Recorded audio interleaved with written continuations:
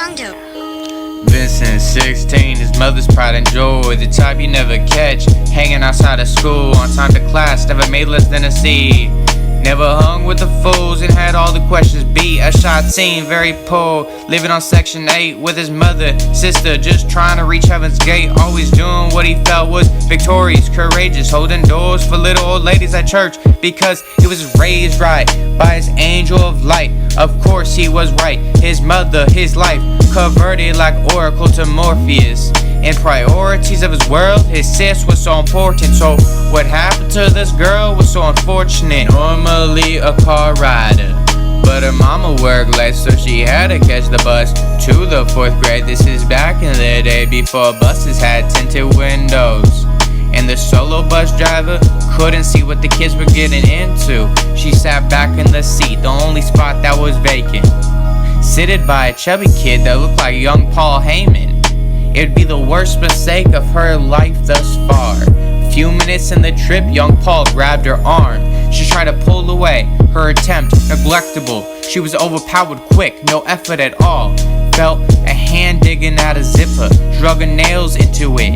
An insignificant action, and she turned pale with it. Her mouth ajar, but no sound bellowed from it. Just like that, it was over, a hollow hell moment. She told her mom what happened as best a 4th grader could, and she did it what she thought a poor mother should. Knelt before the crucifix with tears in her eyes, asking this wickedness to disappear from their lives. Mother was old school and Italian, she didn't go to the cops. Only help she sought was the man prone on the cross. Small town of Snow Falls, news spread by word of mouth. By that week's end, no one person hadn't heard about the little girl on the bus who was molested. Another kid saw it, and his father confessed it. From the point on it, it was going to a message, but he didn't name the culprit, just the transgression. Naturally, it's made its way through Vince's school too.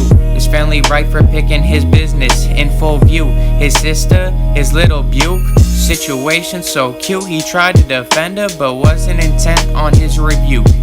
He let little slide, hung his hound down in the hallways, scurrying A to B like a hungry rat in a crawl space. That awkward autumn leaves fall solemn in the snow falls. Vince sought to give her comfort whenever the sorrow would call. She was a victim, but now it was collateral damage. Dealt with these bullies all summer more than he could naturally manage. He spoke to the principal, but one thing was certain: that bloke gave less fucks than the born-again virgin. Considered taking matters into his own hands, but he couldn't fight, I mean like no chance. His mother's solution was nailed from a wooden platform with a head of thorns. For her, that was so good a norm. Couldn't deal with the tease and the shame of his family, plus the face of Emily made him insane mentally. She hid the pain well, but it was obvious in her eyes. She went through shit, but he was traumatized. He recalled a movie once about a Russian roulette, men sitting around a table betting on luck of a click,